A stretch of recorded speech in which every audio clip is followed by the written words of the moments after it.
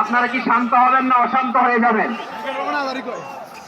যদি মাছ করতে যে লাঠি গুতা খেলা উৎসাহ সব আমরা খেয়েছি, তারপরেও আজকের এই সোহরাওয়ার্দী উদ্যানের এই গণজমায়েতে এই জনতার মহাসমুদ্রে উপস্থিত হয়ে